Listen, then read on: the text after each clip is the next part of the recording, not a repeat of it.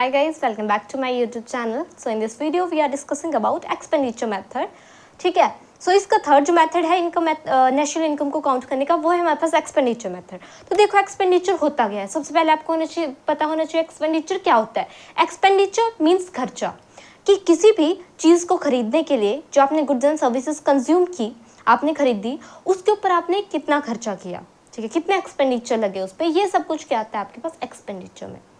ठीक है, सबसे पहले देखिए इनकम डिस्पोजेबल, इसको और क्या कहा जाता है, income disposable method, consumption of investment method.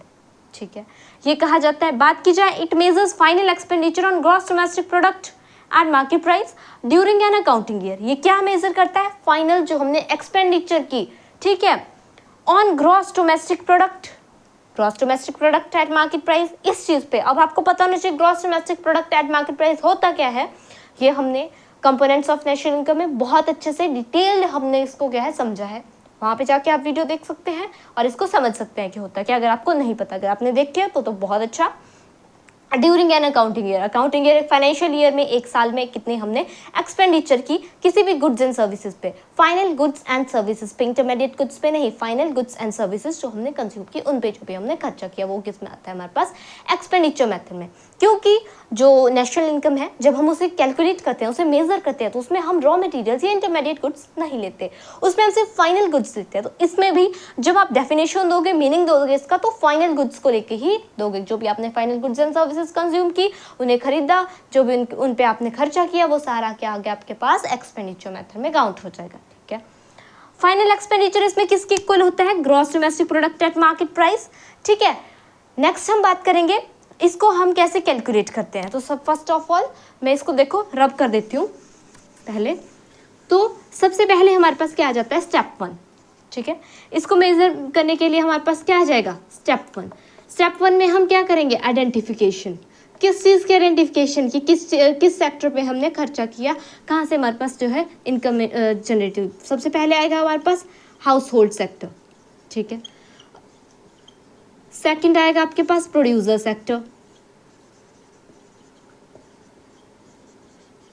Third आएगा हमारे पास गवर्नमेंट सेक्टर। ठीक है, फोर्थ आएगा हमारे पास रेस्ट ऑफ द वर्ल्ड। रुको मैं आपको समझाती हूँ कि ये रेस्ट ऑफ द वर्ल्ड होती क्या है। इन तीनों टर्म्स के बारे में आपने पहले पढ़ा है, सुना है। देखो प्रोड्यूसर सेक्टर जिसमें क्या है, जैसे हम आप है, सॉरी हाउस होल्ड सेक्टर जैसे हम आप है, हमने कोई भी चीज़ मार्केट से खरीदनी है, वो हम किस चीज़ से, जैसे दुकानदार से हमने कोई भी चीज़ ली, हमने उसको फैक्टर पेमेंट की, हमने उसके बदले पेमेंट दी, और उसके बदले हमने कोई भी गुड्स एंड सर्विसेज खरीदी। ये आ गया हाउस होल्ड सेक्टर में। हमने चीज़ खरीदनी तो हमने उसको पेमेंट दी, तो उसने उस पेमेंट से क्या जनरेट किया, फैक्टर सर्विसेज जनरेट की, फिर वो सर्विसेज हमें देगा, हम उसको पेमेंट देंगे, ऐसे ही सर्कल में चलता रहेगा। हमने पहले पढ़ा है। प्रोड्यूसर सेक्टर में क्या होगा, इनको चाहिए लेबर, लेबर को क्या देंगे, ये वेजेस। ठीक है, तो फिर ये आएगा, फिर उससे ऐसे ही जैसे हम उनको पेमेंट करेंगे, जैसे ये दोनों एक दूसरे के क्या है मतलब इंटर रिलेटेड है, ये सारे ही जो सेक्टर होते हैं। वैसे हम सर्कुलर फ्लो ऑफ इनकम में हमने पढ़ा, रियल फ्लो पढ़ा, मॉनेटरी फ्लो पढ़ा, जिसको आप मनी फ्लो भी कहते हैं। अब हमने शायद ये तो नहीं पढ़ा अभी कि 2 सेक्टर इकोनॉमी क्या होती है, 3 सेक्टर इकोनॉमी, 4 सेक्टर। ठीक है, तो फिर उसमें हम सर्कुलर फ्लो पढ़ते हैं इन सभी का। ये सारे क्या है, और गवर्नमेंट सेक्टर जिसमें गवर्नमेंट इन्वॉल्व होती है। ठीक है, नेक्स्ट आपको ये पता नहीं होगा रेस्ट ऑफ द वर्ल्ड होती क्या है, जिसमें आप इंपोर्ट एक्सपोर्ट करते हो, जिसमें आप इंपोर्ट एक्सपोर्ट करते हो, वो आ जाएगा आपके पास रेस्ट ऑफ द वर्ल्ड। ठीक है, rest of the world means import export जो भी हम करते हैं दूसरे देशों के साथ या कुछ भी, वो आ जाए आपके पास रेस्ट ऑफ द वर्ल्ड में। ठीक है, अब हम नेक्स्ट इसमें स्टेप 2 की बात करेंगे। देखो बात की जाए इसके सेकेंड स्टेप की, which is what, classification of final expenditure. अब फाइनल एक्सपेंडिचर को कैसे क्लासिफाई किया जाता है, सबसे पहले फाइनल एक्सपेंडिचर होता क्या है, जो आपके पास फाइनल जो भी आपने एक्सपेंडिचर किया किस चीज़ के ऊपर, गुड्स एंड सर्विसेज के ऊपर, वो क्या हुआ आपके पास फाइनल एक्सपेंडिचर। फाइनल एक्सपेंडिचर नाम से ही पता चल रहा है, जो आपने फाइनल एक्सपेंडिचर किया गुड्स एंड सर्विसेज पे, which is called final expenditure. Okay, and it classified into 2 categories. Broader, it is classified into 2 categories, and further it have subcategories of that. Final expenditure, EXP means expenditure short form में, abbreviation करके लिखा है, मैंने इसकी abbreviation लिखी है किसकी, expenditure की। ठीक है, सबसे पहले ये final consumption expenditure, final investment expenditure. Final जो एक्सपेंडिचर है वो किस चीज़ से मिलाकर बना है, final consumption expenditure plus final investment expenditure. ठीक है, बात की जाए फाइनल कंजप्शन एक्सपेंडिचर की, फाइनल कंजप्शन एक्सपेंडिचर होता क्या है, तो फाइनल कंजप्शन एक्सपेंडिचर क्या होता है, ये इसमें क्या क्या इन्वॉल्व है, प्राइवेट फाइनल कंजप्शन एक्सपेंडिचर और गवर्नमेंट फाइनल कंजप्शन एक्सपेंडिचर। ठीक है, इनको सिर्फ अभी हमने क्लासिफाई करने के लिए इन्होंने कहा है, हमने क्लासिफाई किया, अभी इसमें डिफाइन नहीं करना, जब डिफाइन करेंगे वो नेक्स्ट थर्ड स्टेप है इसके एस्टिमेशन का। ठीक है, हमने क्या किया, सिर्फ क्लासिफाई करना है इसमें, नेक्स्ट हम इसको एस्टिमेट करेंगे। ठीक है, बात की जाए फाइनल इन्वेस्टमेंट एक्सपेंडिचर की, कि फाइनल इन्वेस्टमेंट जो एक्सपेंडिचर है which is further of two types and made up of this is two types, कौन कौन से, gross domestic final capital formation, ठीक है, प्लस नेट एक्सपोर्ट। अब नेट एक्सपोर्ट होता क्या है, net export is export minus import.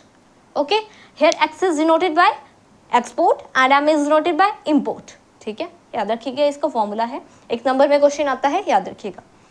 Gross domestic final capital formation है, इट फर्दर हैव टू सब types which is, and it is made up of these two factors, which is gross fixed capital formation and plus change in stock।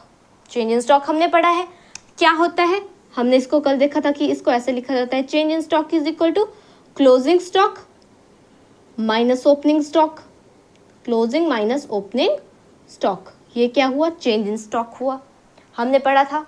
अब हम पढ़ेंगे क्या, इसकी estimation, इसका last step, step number 3, इसकी estimate करने का, बहुत इजी है, चलो देखते हैं। एक्सपेंडिचर से याद रखना जो भी हमने खर्चा किया, फाइनल एक्सपेंडिचर की बात की इसमें, फाइनल एक्सपेंडिचर जो हमने फाइनल खर्चा किया किस चीज़ पे, गुड्स एंड सर्विसेज को खरीदने के लिए, वो क्या हुआ हमारे पास, फाइनल एक्सपेंडिचर।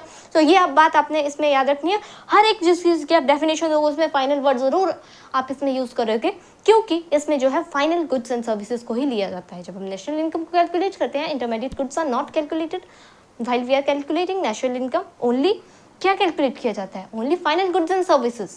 ओके, देखो बात की जाए इसकी फाइनल स्टेप की, which is estimation of final expenditure. सबसे पहले हमने बात की थी कि फाइनल कंजप्शन एक्सपेंडिचर होता है, इसमें क्या क्या आता है हमारे पास, private plus government final consumption expenditure. Private आपको पता है क्या क्या होती है फाइनल कंजप्शन एक्सपेंडिचर, क्या क्या प्राइवेट जो सेक्टर है वो क्या करता है, इन्वेस्ट करता है, किस पे करता है, वो तो कंपनीज वगैरह में करेगा। ठीक है, शेयर्स वगैरह खरीदेगा। नेक्स्ट या तो कंपनीज वगैरह लगाएगा, प्राइवेट जो सेक्टर है वो करेगा। गवर्नमेंट सेक्टर क्या करेगा, वो क्या करेगा, रोड्स बनाएगा, डैम्स बनवाएगा, मशीन जैसे भी एक्सपेंडिचर ऑन मशीन वगैरह ये तो नहीं आएगा इसमें, बट एक्सपेंडिचर ऑन कंस्ट्रक्शन ये क्या करेगा, गवर्नमेंट करेगा। एक्सपेंडिचर जो गवर्नमेंट एक्सपेंडिचर होगी ये होगी ऐसे, कैसे, रोड वगैरह बनाएंगे, डैम वगैरह बनाएंगे, ये सब कुछ। ठीक है, बात की जाए next gross domestic capital formation. अब ग्रॉस डोमेस्टिक कैपिटल फॉर्मेशन ये नेशनल लेवल पे बात नहीं की जाएगी, ये सिर्फ डोमेस्टिक लेवल पे बात की जाएगी। ठीक है, जब इस पे वर्ड आ गया डोमेस्टिक। ठीक है, देखो ये क्या होता है, it is equal to gross fixed capital formation. आपने इसकी पूरी डेफिनेशन लिखनी है, कैसे, gross domestic consumption capital formation is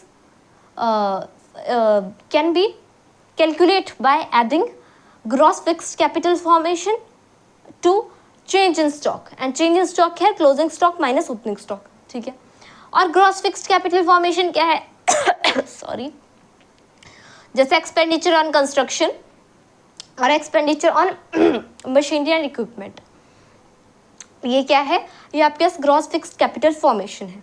ठीक है, तो ये क्या है, ये फिक्स्ड कैपिटल फॉर्मेशन है कि किसी फिक्स कैपिटल पे क्या है आपकी, देखो जो भी एक्सपेंडिचर हुआ कंस्ट्रक्शन पे होगा ही, कंस्ट्रक्शन पे अगर आपने कोई चीज़ बनानी है, प्लस एक्सपेंडिचर ऑन मशीनरी, कोई भी मान लो इंडस्ट्री वगैरह है उसमें क्या है, मशीनरी के ऊपर तो फिक्स है कि इतना खर्चा होना ही है, कुछ सालों बाद उसको रिप्लेस करना पड़ेगा, रिपेयर करवानी पड़ेगी, कुछ भी है तो इसके ऊपर भी खर्चा होना है, ये फिक्स है। ठीक है, क्योंकि कैपिटल का है और कैपिटल में क्या आती है, मशीनरीज होगी आपके पास। ठीक है, ऐसी ऐसी चीज़ें आपके पास क्या है, कैपिटल मतलब कि पूंजी। कैपिटल का क्या मतलब होता है, पूंजी, पैसों से ही रिलेटेड है कि जिस चीज़ पे आपने क्या है, मान लो जैसे मशीनरी पे आपने इन्वेस्ट किया, पहले आप इन्वेस्ट करोगे, फिर आपको जो भी इससे प्रॉफिट होगा कुछ भी है, कुछ सालों बाद वो रिपेयरमेंट मांगेगी, उसके पे क्या है आपका खर्चा होना ही है, वो फिक्स है। बात कीजिए नेट एक्सपोर्ट की, ये क्या किसके इक्वल होता है, it is equal to export minus import, X minus M, X is export and M is import. अब देखो जब आप अपने देश की चीज़ किसी दूसरे देश में बेचते हो वो क्या हुआ, एक्सपोर्ट। इम्पोर्ट, किसी दूसरे देश की चीज़ अपने देश में क्या है आप खरीदते हो, वो क्या हुआ आपके पास इम्पोर्ट। ठीक है, I hope so guys you are clear with this topic expenditure method. So if you understand this topic, please like, share and subscribe to my YouTube channel 10 Minute Economics. Till then, take care. See you soon in my next videos. Bye bye.